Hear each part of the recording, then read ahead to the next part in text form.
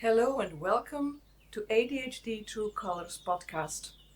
I'm Michaela, he's Rorick. Did you ever feel like you and your neurodivergent partner have a hard time working as a team? As if you're like listening to the radio, but on two different stations at the same time? Well, this might have to do with the way the working memory functions differently for a neurodivergent and a neurotypical. Let's take a... Yeah? I said, oh. So let's have a closer look at it. For the largest part of my life, I had no idea what a working memory was. I didn't know it existed, even though I had it and it functioned very well. Until I tried doing projects together with a neurodivergent partner. I understand now that the working memory is the part of the brain that is like kind of a sticky note on which you store small amounts of information for a short time, and it's supposed to help you. Well, it does actually help you to it does actually help you to perform tasks. It reminds you of things, it helps you to make decisions, to think, to make choices, and to do things well and organized. It turns out that for many years, without realizing it, this working memory thing had a devastating effect on our projects together, and also more specifically on my brain, in fact on his brain, and on my brain too, because it made me resemble a neurodivergent. I just couldn't figure that out. It made me actually go completely nuts. I've started doubting my own brain, to be honest. Maybe it's a good idea if you explain what working memory is for you and how you discovered that it was actually not really working the way it should work in a functional brain. Okay, so when I was diagnosed with this thing, ADHD, I did some research and I found out that some people say like people with ADHD have troubles with their working memory. What actually happens in my brain, I don't know if everybody's suffering from the same clutter, something like that, is that my working brain functions, but it gets overloaded with a lot of information from a lot of different points. And it's actually impossible for my brain to categorize the information in something that can be stored in the long-term memory, which is actually an interesting function in the brain. So I did some research on how does this working memory functions, and I figured out that I can produce an overload of my working brain, but in the right direction. And this way it starts like categorizing all the information, and when the information is well focused, for example, when I want to write, what we do is like now I put just like somebody has an autistic disorder, I just have to make a routine of everything. I put my laptop ready, put the mouse on the right side, and my keyboard. I need some information. I need my handwritten journals. I always need them, but normally I forget to put them on the right spot where I want to work, and I have to run around the house all the time to get everything together. This kind of routine helps me to overload my working memory because, I need this and I need that. And I want to have everything before I start. And the moment everything is right before I start, I can sit down. My working memory is really crammed with all this information from all the things I've done. And then what happens is it's a relief to start working. It's the opposite of how my brain normally functions. And it's without medication. It's just like that. I sit down, I have everything around me. I wasted, in between brackets, about sometimes quarter of an hour on running around. Not running, walking around and gathering everything, just like a hunter-gatherer. Gathering everything, have it on the right spot, sit down, look at my screen, and I just start typing. Yeah, that's amazing. It wasn't like that for many years. No. In the sense that the way I see it is that you would try to get into something by overloading your brain, but the information that you were loading up was completely miscellaneous. I was not trying to overload my brain. My brain got overloaded. Yeah. Of my working memory got overloaded by accident. Yeah, and very often this meant that if A is the point where you start a project and you agree, okay, we're gonna do, I don't know, a video.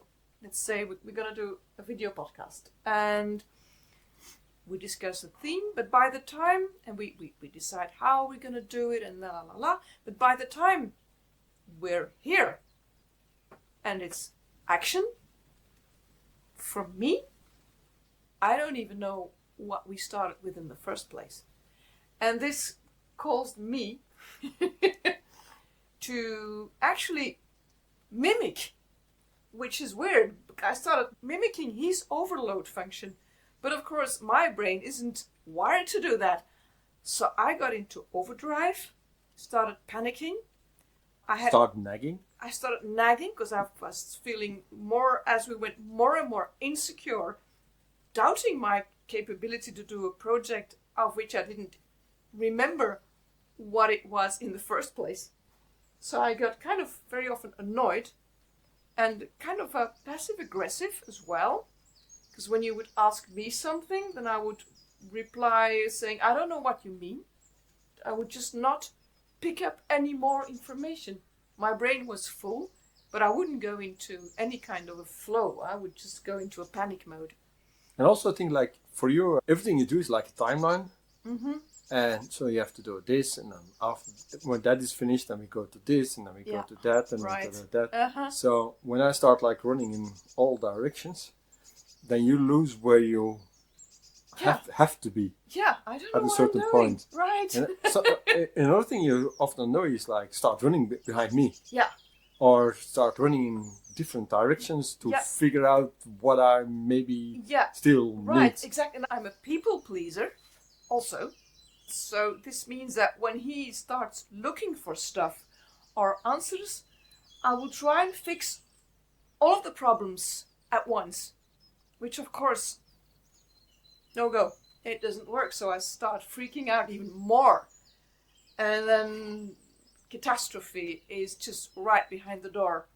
And it arrives. And it has been like that for so many years. It's actually amazing that we tried stuff and we just didn't get on track. And if you start doubting, do they have it working now, yes or no? Well, if you see this video, we have it working. Yeah. Because we have tried a zillion times making videos together. Yeah, you can't imagine. The last thing we did before we were here is like we had 1, 2, 3, 4 cameras. Plus an external audio recording device, and then eventually it turned out that we started doing the podcast, and at the end realized that 3 of the 4 devices were... No, 2. 2, okay, 2 of the 4 devices were not working. Were not done. Yeah. So, and that... And we were turned off. And pissed off too. The way this actually worked, or didn't work for so long, is that it actually caused a kind of a snowball effect. Is that one thing happened, and then another thing, and another, and before you know it, things get completely out of hand. Everybody's panicked, angry, stressed out, and we definitely tried to reset things in the moment, but or at least to understand, like ask ourselves, what we did realize it was wrong. And we just ask the question, what is happening? Why is this going on? And we just were so messed up in our way that our brains were reacting to this that we couldn't just grasp what was happening. And so everything ended very often with a complete breakdown and you getting total overload. Yeah, and even sometimes first the blame game. Yeah. Yeah, we used to do who that started a lot. this? Yeah, you didn't do that. Yeah, who forgot this or Uh-huh. that? Or you always forget blah Yeah, blah. you're not motivated. We were very often Yeah. blaming each other for not being motivated. I think this is a very crucial thing for many people in a neurotypical, neurodivergent relationship, is that they think or presume that the other one is actually no longer interested in the project. I blamed him for being, what did I say, not making up his mind, not sticking to the plan, and he would blame me for not being enthusiastic, for not being motivated, and this didn't lead to any solutions or any clear insights in what was exactly the problem. Once we figured that out, it was possible to build a strategy. And the first thing to do, or what we did in our strategy, was accept. Acceptance is the key to building strategies. Yeah, for me, the first thing I have to accept is that I have ADHD.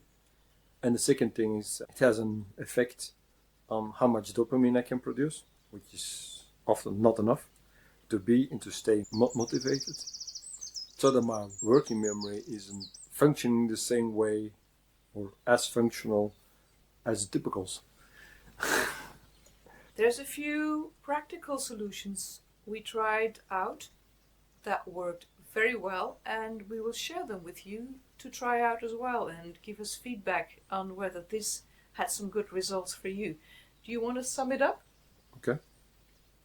So first I have this ritual how to get ready and prepare everything. If I have to do technical things, I make a list. Normally I don't like lists, but with technical things it works quite well. During this period that I'm preparing myself, she knows what I'm doing, so she doesn't start panicking because she knows that I step by step. And after a while, she also knows how long I need to get everything ready. So you can wait now until I am ready. The thing is ready, and the thing helps me to step into the flow. Yeah. Because otherwise, if you don't do this and you want to body double, for example, I can only work well when I'm in the flow, especially when there are things I don't like as much as being creative. So now I have this ritual how to get prepared in this period that I'm preparing to get started, which normally is between 5 and 15 minutes. When this is ready, then it only takes me 2 or 3 minutes to get into the flow, and then we can work together. Also now, because I'm not stressed anymore that I have to do some preparations, I make a lot less noise. Yeah, and one also thing is that when, for example, we discuss the content of a project or a podcast, I allow him to move. Allow is maybe a strange way to put it, but it's a kind of allow. Yeah, because normally, typical people sit down, have a meeting, and then after the meeting they get up again and they do whatever it is they're going to do. So having somebody pacing back and forth and moving in a deliberate way in the room is something that I have to accept and have to know why it's happening, because before, if he did that, it would stress me out because I thought he wasn't interested. He wasn't paying attention. Where, in fact, it's the total opposite. Because when you move, the way I understand it, is that you move not just like a lion in a cage, but actually very deliberate moves with certain orientation points that keep you in pace. Is it that the way it goes? Yeah, I did a lot of martial arts. How you move and this body awareness helps me to get in a kind of physical flow. And if this flow is right, then for me it's much easier to go from this flow into a mental flow that I need to write, edit, or make videos or stuff like that. Yeah. I also understand now, and I didn't for years, is that when at the beginning of an idea or a project, he would come up with most amazing things, like, oh, and this and that, and I thought, oh, yes, yes, yes, and I would go all crazy about it. And then as we went, I realized in the first state that, okay, this is complicated, this is completely unrealistic, we can't do this. But this changed my mindset completely, because I didn't believe that you could do it. And I would also add it onto your load as, okay, you have all these ideas, you execute. And I'm just gonna stand by and see what happens. So I didn't give you my confidence either. I mean, now I know that this part where the brain is in full creation mode and thinking up and adding stuff and, oh, we can do this and this effect and it's gonna be so much fun, which it will be eventually. But for now, to get something actually finished and online so you guys can see it, well, we just narrowed it down today. 1 camera, 1 record device, and that's it. It's simple, but at the end of the day, we're gonna get things done, and it makes us feel, I mean, there's satisfaction, there's reward, there's calmness and kindness, comprehension, appreciation. I mean, all the good stuff, you know, that I like the word functional, where fun is actually a big part of the deal. You have to work hard, I agree, but working hard and stressing out, those are 2 totally different things. Do you agree? Yeah. Okay. No problem. We are still a work in progress, but as we go and tune our brains and connect our hearts, things are going forward and our journey continues. I hope you will stay with us, leave your comment, subscribe, and join the tribe. You're welcome. See you in the next video.